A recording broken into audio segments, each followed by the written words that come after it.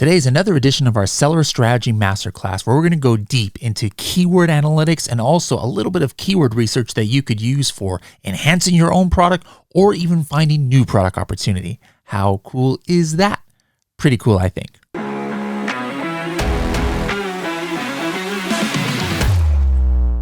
Do you want to be able to sync your listings that you create in Helium 10 to your Amazon account in one click, including being able to sync subject matter, which you're not able to even edit now in most listings on Amazon? You're going to want to use Helium 10 Listing Builder. Make sure to find out how to use Listing Builder by going to h10.me/listing builder. That's h10.me/listing builder. Hello, everybody, and welcome to another episode of the Serious Sellers Podcast by Helium 10. I am your host, Bradley Sutton, and this is the show that's a completely BS-free, unscripted, and unrehearsed, organic conversation about serious strategies for serious sellers of any level in the e-commerce world. And this is another edition of our Serious Sellers Masterclass. No, that's not what we call it. We call it the Seller Strategy Masterclass. Too many S's here. Sometimes hard to keep track. But this is something we've been doing once a month, where instead of having a guest, we just go deep into actual actionable strategies, like things that you guys can do either with Helium 10 or with your Seller Central account that will hopefully help get you results. And today we're going to be mainly talking about some analytics. We're going to be talking about some keyword research and how you can even do some product research while you're doing keyword research. Now you'll notice I'm wearing one of the old school Helium 10 logos here, the throwback jersey version, because we're going to go into a couple of tools in Helium 10 that were some of the original ones from like way back in 2017. One of them is Magnet, and the other one is Keyword Tracker. But we're not just going to be doing only Helium 10. I might throw in a little bit of some brand analytics or search query performance in here too. But again, the point is, whether you're using Helium 10 or not, I'm sure you might have access to some kind of tool that has very similar strategies. And these are strategies that every level of Amazon seller and even Walmart sellers need to actually take. Everything I talk about today pretty much can be applied to both Amazon sellers and Walmart sellers. So let's go ahead and get into the first one. First one, real simple. How to find loosely related keywords to an individual keyword phrase. All right, so maybe you just have this random idea of a keyword, or it's what you're already selling on Amazon and you know this is your main keyword for your niche. All right, what are you going to do in order to find loosely related keywords? You're going to enter Magnet. All right, so for example, what I'm doing here on the screen, those of you watching this on YouTube, I just typed in Gothic decor, and now there are, what do we have here? Let's see, almost 5,000 keywords that came up. Now, these keywords come from other products that are ranking highly for Gothic decor. Where are they also showing up for in organic results? Where are they showing up for in Smart Complete? We're going to talk about that a little bit later. And of those products, what are some other keywords that show up as Amazon recommend? All right, so this came up with 4,000 keywords. It would take me forever to go into, but all I would have to do is like maybe throw in a couple of filters here, like maybe, hey, show me keywords that are at least 400 search volume, for example, right? And then if you start scanning here, I'm pretty sure you're going to come up with some keywords that maybe you didn't find in Cerebro.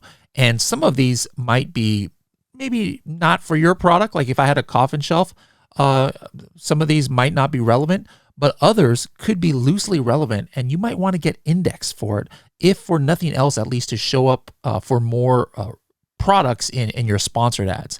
Like for example, I entered in Gothic decor.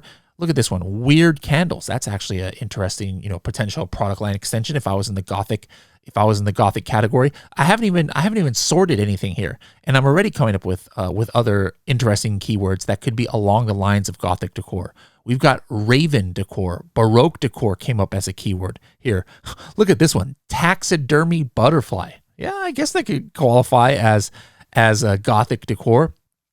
We've got cool random things. All right, so there's 1,000 people searching for that keyword. I probably never would have looked or found that keyword and put it in my listing, but hey, who knows? I might be relevant to at least 1, 2, 3 customers a month for that keyword who might buy the product. And just think, you got 50 of those in your listing. It's another 50 orders for you. So don't sleep on some of these loosely related keywords.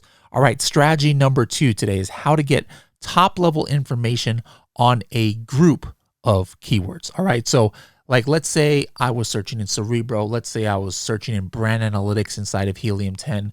Let's say I'm using Google Trends, Pinterest, whatever. I just compiled this list of, maybe 10 random keywords that are in different departments.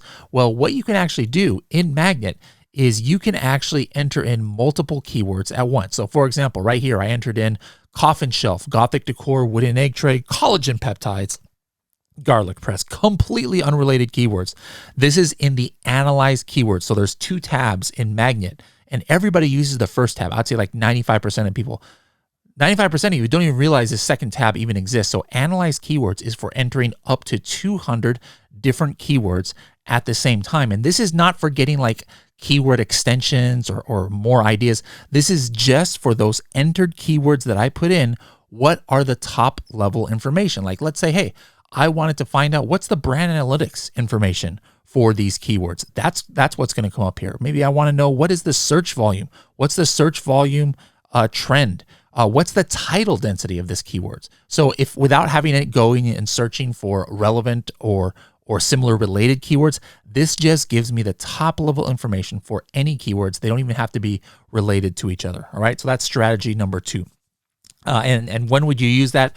You might just come up with a random idea of a keyword and you're wondering, hey, well, I wonder what's the search volume on this? Or maybe you've been doing research and you're like, these are some random 30 keywords that I came up with on ideas. And I'm just curious, what is the search volume on Amazon for them? You would just paste them all in here and you'd get that within like 5 seconds. All right, strategy number 3, how to find the most common root words with a list of keywords. So let's say I have been doing keyword research in Cerebro or again, somewhere else, or I pull out the top keywords from my competitor's product. And I'm just wondering, hey, what are the common root words? Like, is the word coffin in it a lot? It's the word gothic, all right? So that I know it can kind of sometimes give me an idea of the niche and also tell me which keywords are important. So like I said, in that same analyze tool, what you're going to do is you can paste, like I said, up to 200 keywords. So here I did 150 keywords. I'm going to go ahead and click analyze keywords. So I just pasted this whole list. It took me only 2 seconds to come up here. And yes, it's giving me all the kind of like information on these keywords. But what I'm looking at is the word frequency. This is a widget that shows up on the top right whenever you enter in searches in Magnet. And what this is showing me is the frequency of the different root words. So out of all these 150 phrases, the word decor showed up in 55 of them. The word shelf showed up in 25. The third highest root word was gothic with 21, coffin with 16. So now all of a sudden I have a little bit better picture of this group of keywords that, whatever is the way that you found it. Like I said, maybe it was your competitors. Maybe it's a list of all of the search terms that you've converted for in PPC. And then you're like, hey, what is the root word? So maybe I can make some broad campaigns. Based on that, there's so many different ways that you could use this information. But again, this is probably something that most of you didn't realize. Like how would you do that normally, right? You take 150 keywords. I mean, sure, you can maybe spot, oh yeah, I see coffin a few times, but you don't really know unless you're counting one by one. So this is just a super easy way in order to get some information about a group of keywords. The next one is how to find a long tail keywords that share a certain root. All right, long tail keywords that share a certain root. All right, let me kind of explain this. So I'm going to head back here into Magnet and let me enter a keyword. For example, let's just go with coffin. All right, so I'm going to start with coffin, and I just want to find long tail keywords that start or that share this root. All right, so I'm going to go ahead and run a new search for coffin. And what I'm going to select here is I want every keyword that actually starts with or contains coffin. So I'm going to go right here into this phrases containing, and I'm going to type in coffin. All right. And that is going to filter down this list of 6,000 keywords. And how many keywords have coffin? Wow. 2,400 keywords Helium 10 found that have the word coffin in it.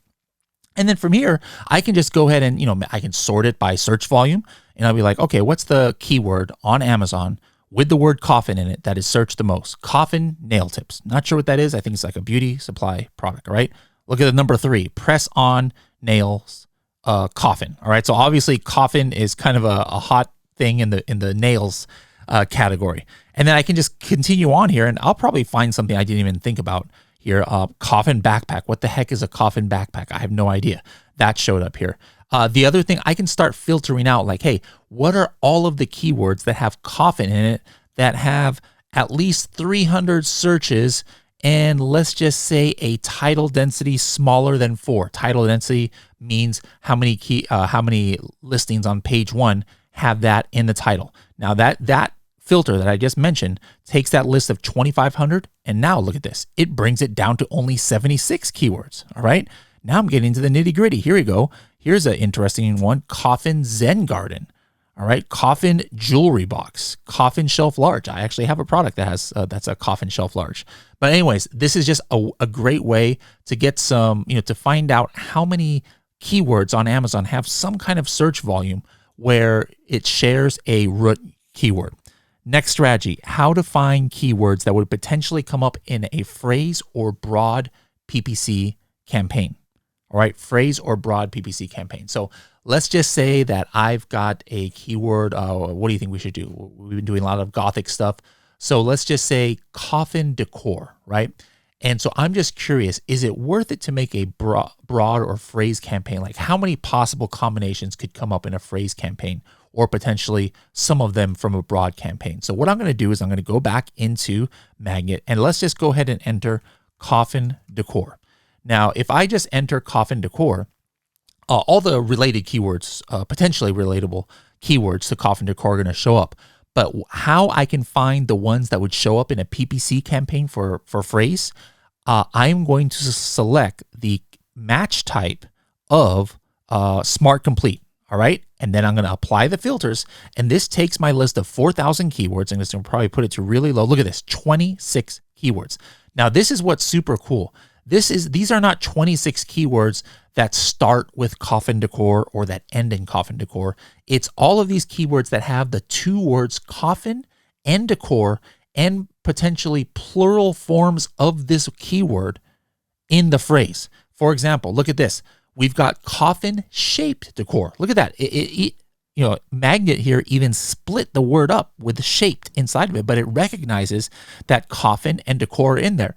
If you were targeting coffin decor, a broad or phrase match, potentially phrase match campaign would potentially show it. Not in all cases. Other keywords in there was like coffin decoration, all right? Coffin home decor, spooky coffin decor. There's a lot of keywords that are showing up. These will all show up in like a PPC, and they're kind of like longer tail versions of the keyword that I had entered in, which was coffin decor. By the way, this is now number 6.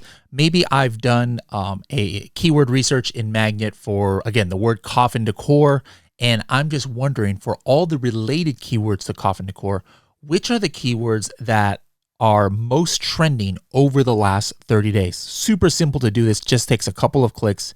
I would go in here to Magnet, and then once I get the search results, I'm going to sort in descending order by search volume trend. All right. So this is basically taking this week's search volume and comparing it to 1 month ago.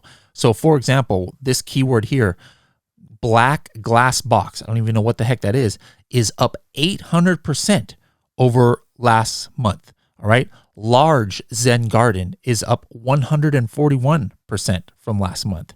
Cute spooky stuff is up 100%. So whatever search you have done inside of Magnet, just find that search volume trend button, sort it in descending order, and you're going to see what are the keywords that have increased the most in search volume from this week or today compared to this time last month. All right. It just takes this week's search volume, subtracts last week's search volume, and then sorts it kind of in descending order without you having to, look at the historical search volume and do different calculations. By the way, speaking of search volume, here's another thing you can do. This is not even one of the strategies on my list. It's kind of like a bonus strategy, but is look at Walmart and Google Analytics search volume right here within Magnet. And the way you do that, anywhere where you see search volume, just click the button.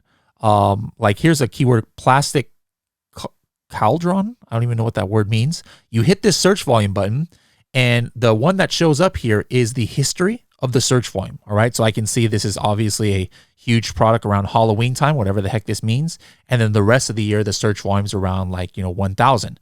But if I wanted to see what it is on Walmart, I would hit this drop down and I would hit the Walmart, and I could see, again, it's very high around the same time on Walmart, and the rest of the year pretty low. If I want to see Google Trends, what is the kind of like history here?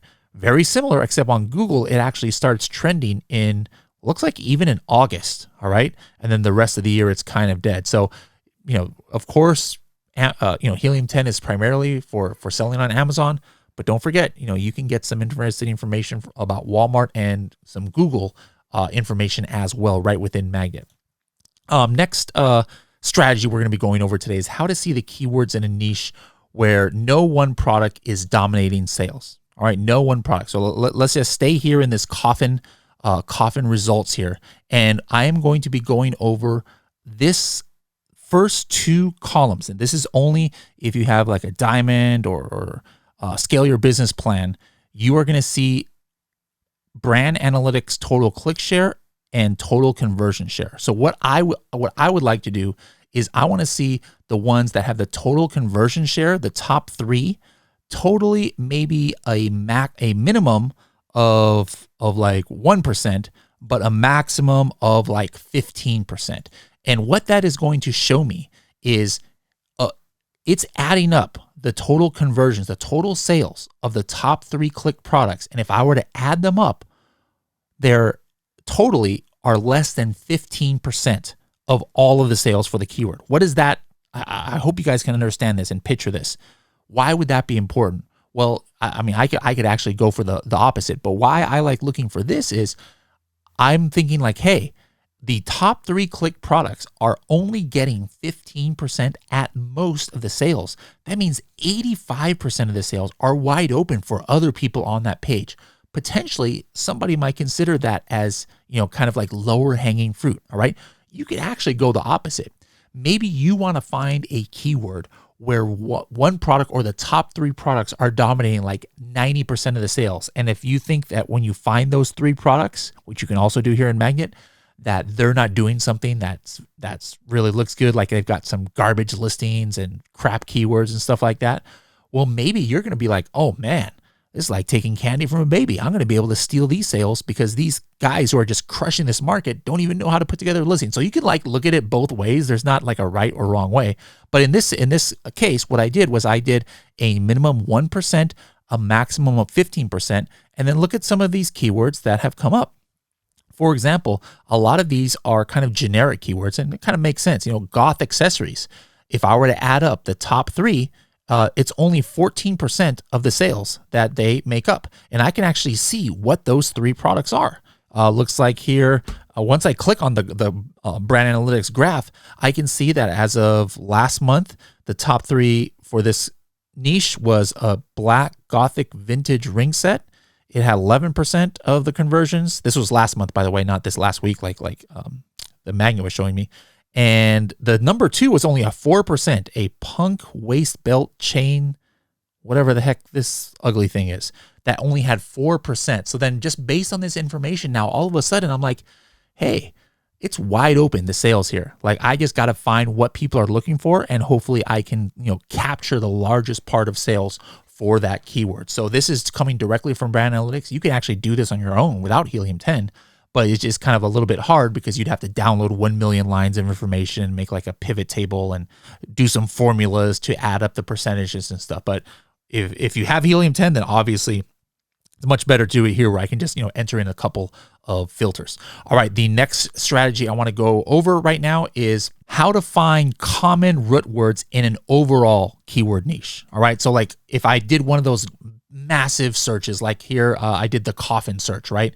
And I'm just going to go and I just want to see what are the most common keywords in here other than coffin that are coffin related or coffin decor related keywords. And again, the same place that I talked about earlier that you would look under the Analyze tab, even under the Find Suggestion tab, it's the same place.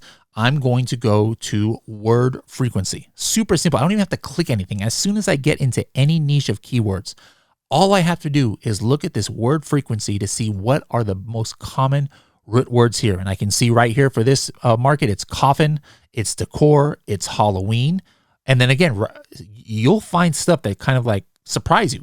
I'm like, what the heck is this? Board, right? It says board, BOARD is the number 3. Out of all these keywords, 312 of them have board. So watch this. If I'm just curious, what the heck keywords with board are coming up, I just click the word board, and what's going to happen is it is automatically going to filter this whole list of keywords, and it's going to show me all of the keywords that have the word board in it. And now it kind of makes a little bit more sense. I see black coffin letterboard.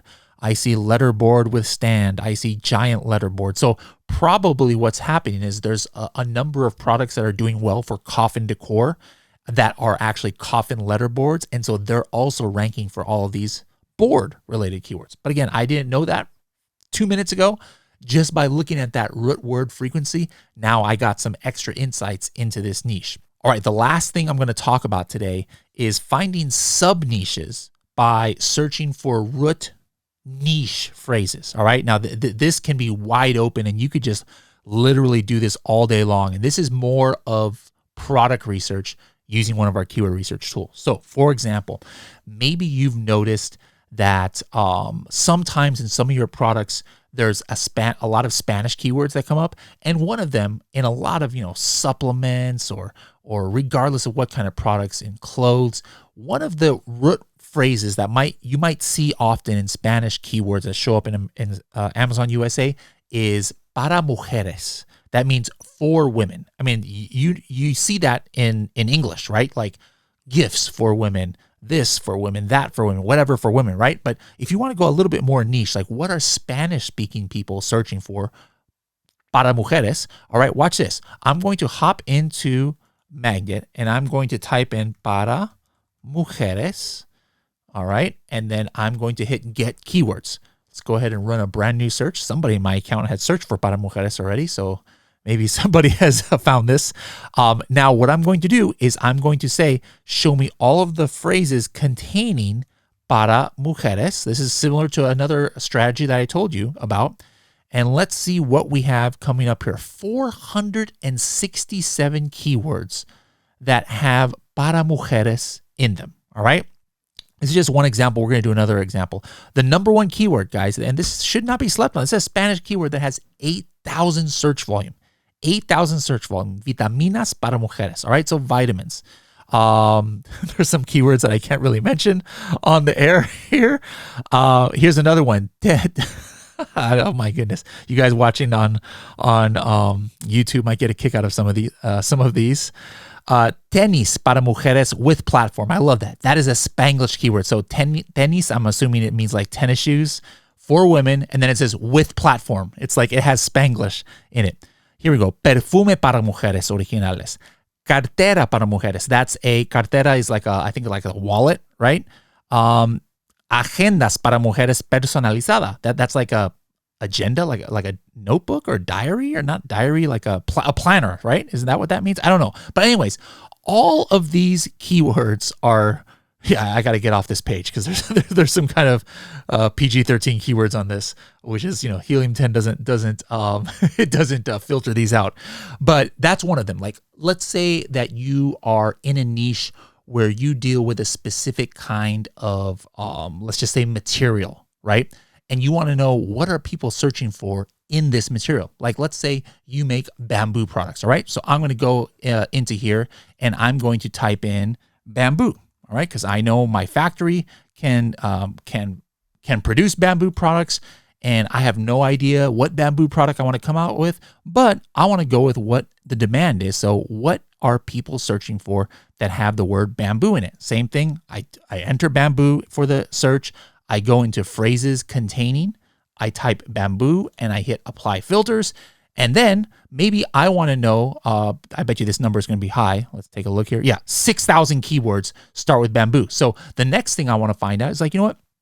I want to know the keywords that not many people have in their title. So I'm going to put a max title density of 3, and let's just say minimum search volume of 1,000. All right, let's go ahead and apply the filters. And this takes that list of 6,000 bamboo keywords that have bamboo in it down to 69. Now I'm going to sort by descending order the search volume. And let me just, read out to you guys listening, what are some of these keywords that have come up? Bamboo brush. What the heck is that? I'm actually going to look at that. Bamboo brush. What is it's like a hairbrush that's made out of bamboo. Okay, I see what that is. All right. So the crazy thing about it is it would seem saturated, right? But guess what? It's going to be easy. If I wanted to make this product, it wouldn't be that hard to get on page 1. Why?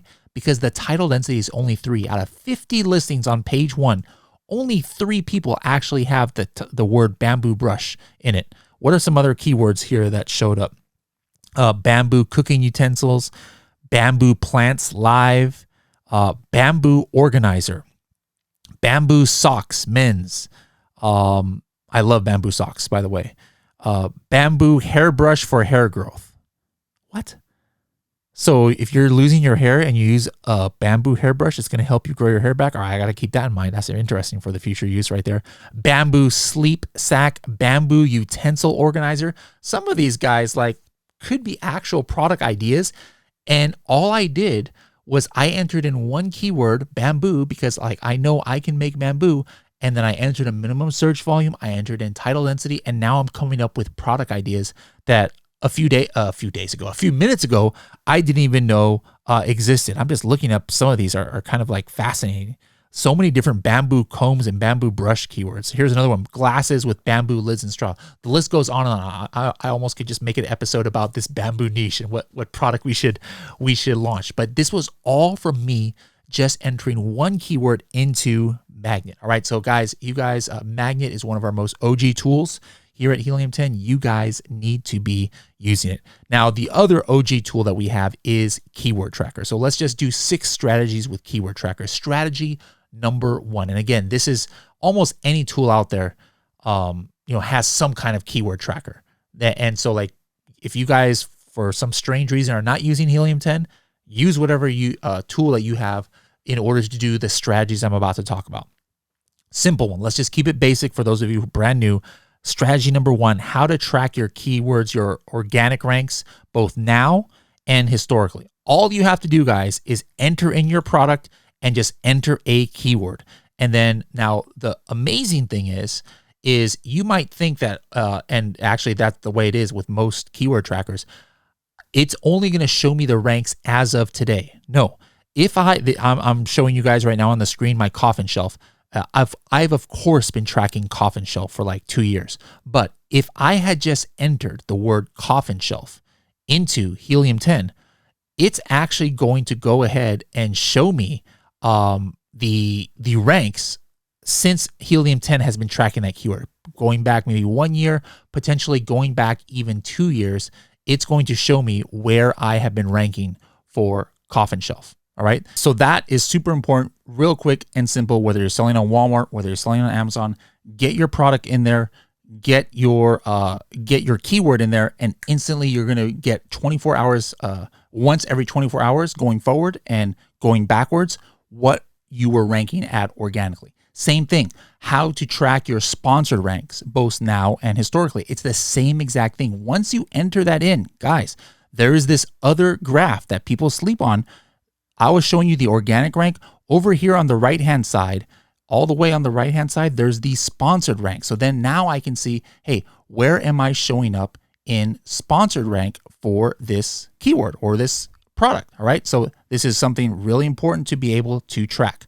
All right. Your sponsored rank, that's actually something that you have a little bit more control over as far as where you show up based on maybe what you're bidding in PPC, right? Your organic rank, it's hard to just change at the right away, but hopefully you can understand how tracking both organic and sponsored can help you, because you're going to want to take actions, at least on the sponsored rank, to get back to the top of the page on some of them. And so it's important to know when you fall off the top of the page.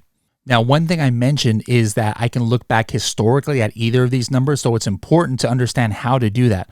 Once I click into one of these graphs, by default, it's only showing me like the last 30 days, but I like clicking 1 year or even all time based on how much information Helium 10 has, and I can see what this product has been doing over the last couple of years. So I could see, maybe correlate what's been going on with my sales compared to my keyword ranks. And this is actually a strategy in itself.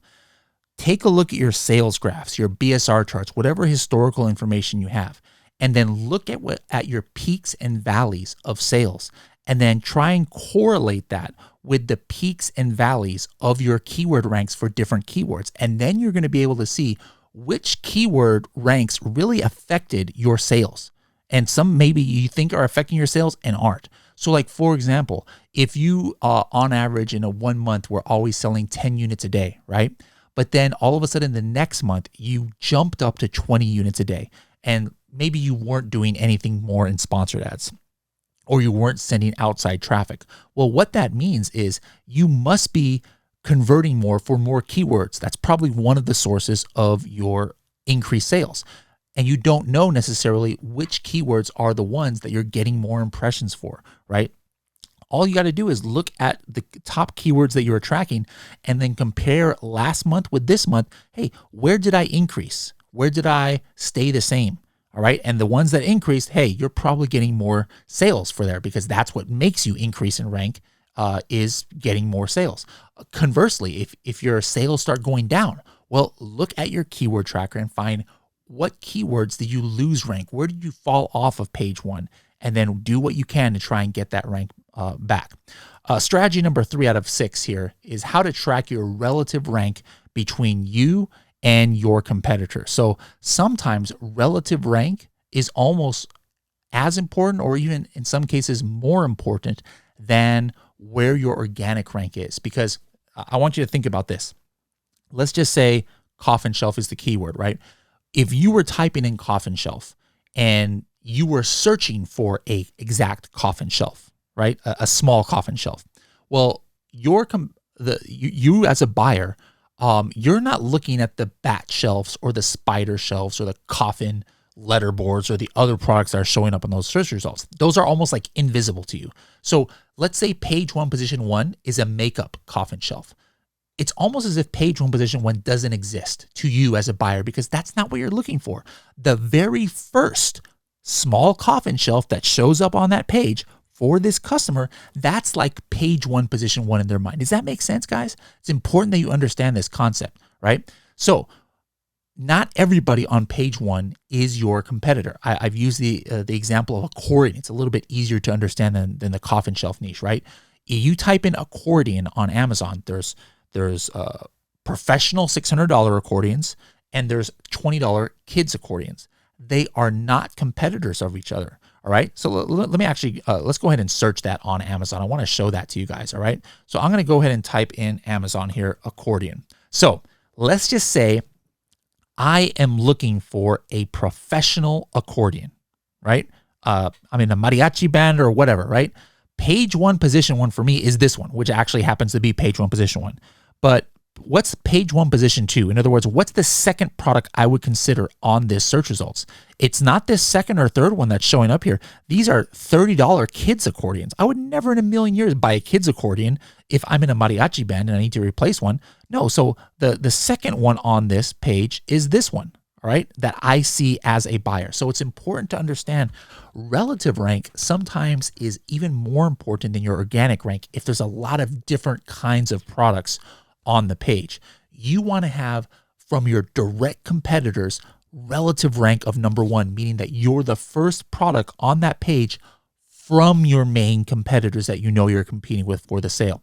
So how do you do that inside of Keyword Tracker? Well, the first thing you're going to have to do is you just add your competitors. You can add up to 5. And so I would say add your main competitors, And then what's going to happen is you look here at this relative rank. Like I put in just one competitor here. And on this, my main keyword, I am 2 out of 2. That means I am not first. I am not the first one. If I'm curious about where I am ranked, now if I'm tracking my competitor, I can actually see over time where I have ranked compared to where my competitor has ranked. And look at this, my competitor is crushing it. They're always page 1, position 1, and I'm like languishing around position 14 and 13 and things like that. So this is an important metric to be able to track your relative rank. Now, how to keep track of your keyword experiments and campaigns. What I do a lot is I run experiments. Like maybe I'm going to go ahead and change my title, or maybe I'm doing a campaign, a Google campaign where I'm targeting a certain keyword. I'm hoping that by running Google ads to a keyword that it might help my ranking, or whatever the case is. Maybe I'm going to increase my PPC spend. Maybe I'm adding keywords to my search terms. Well, if you start doing these experiments, what I want you guys to do is on the keyword that you did the experiment right here, there's a button that says add a note. All right. So for example, let's take a look at goth stuff. Look at this. I put a note here on January 26th. I was not indexed for stuff nor goth stuff. And so I added it to subject matter, and then I confirmed it worked, and now I was indexed as of 126. And so now I can search my keyword tracker history to see what did that do with my my keyword ranking, all right, by getting indexed for that. Did I maintain ranking? So, I don't even remember doing that. I know I'm the one who had to have done that, but I literally do not remember doing that. That was only 3 months ago. So maybe your memory is better than me, but are you going to remember what you did last year? So if you're looking at historical information and you're wondering, hey, well, where did this peak or go? Oh, maybe it was because I was doing a campaign. You'll be able to now go back and look at your notes for the keyword tracker to see if you were doing a certain campaign at the time. Now, another important thing, super, super unique feature of keyword tracker is the boost. All right. So depending on the different plan you have up to a certain number of boosts. And what boost is this rocket ship that you see on the left-hand side of any keywords. And I highly recommend turning it on for your main keywords every 10 days. And the difference is when you do that, now we are checking your ranks every hour of the day, 24 hours a day, instead of, like, for example, just once a day. So you can see right here the difference of when I was just having keyword tracker on, just checking once a day, as opposed to when I was checking every 24 times a day. There's so many different more data points here and so much more movement on the keywords. Now you might be wondering, why is it different? People say that all the time, like, hey, I saw keyword tracker and my rank is different. Keyword tracker is wrong. Keyword tracker is never wrong, first of all, because it is showing a real rank somewhere. Is it showing the rank of your exact computer? No, we're not using your computer to check the rank. We have our own ways to check rank, right? But we are checking different addresses, different browsing scenarios. Like, did you know that if you were in incognito mode in the Chrome browser compared to the Amazon mobile app, right, you could see two different ranks, even if you're in the same house and have the same address. If you are in New York, potentially you could have a different rank for the same keyword and same product as somebody searching at the very same time in Boise, Idaho or something, right? You could, and some people say, oh, it's by zip code. It's not even by zip code, guys. Potentially, you could have different ranks. It's not going to vary by much, but I've seen different ranks within different addresses in the same zip code. Like I entered one time the Helium 10 office, and then I entered in an address like 2 blocks away, different ranks. One was like 16, one was like 14. So there's nothing, there's no value in trying to check every single potential, address out there. But what's important to have is a general idea of what's going on with your rank.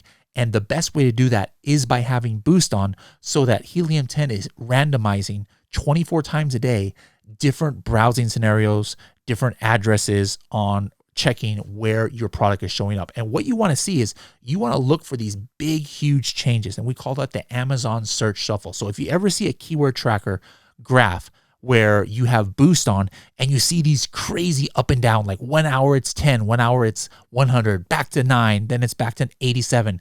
That's what we call the Amazon search shuffle, where sometimes based on different browsing scenarios, Amazon is kind of showing you all over the place. There's nothing you can really do to quote unquote fix that. You just got to kind of wait it out. And then Amazon usually stabilizes after a couple of days. But then instead of having low sales and you wondering what's going on, why is my impressions down? Why are my sales down?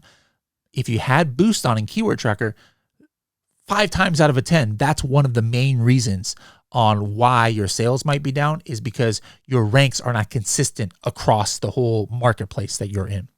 All right, the last strategy here I want to talk about is how to cross-check search query performance with Keyword Tracker. So for example, search query performance is something that you only have if you have brand analytics. All right, so let's go right here into search query performance. And I'm looking at my exact coffin shelf, all right? And I'm looking at the weekly one. The search query volume is one of the ways that Amazon measures people who type this into the search, right? But it also includes people who like clicked back on their browser, they refreshed it, they came back, et cetera, et cetera. There's like a lot of things that go into this metric. This is normalized search query volume. We had an episode where we went all into this, all right? So I'm not gonna go too much detail. But basically, if I see, for example, this keyword here, coffin shelf, has 3,500 search query volume, and then my impressions is 4,000. Well, that means that not only am I showing up, I'm showing up more than one time every time somebody searches. And the way I can correlate that with Keyword Tracker is, okay, I must be showing up for both organic on page 1 and sponsored on page 1. So if I click here in my sponsored rank history, I can see that, yeah, a lot of the time I'm on page 1. So that makes sense.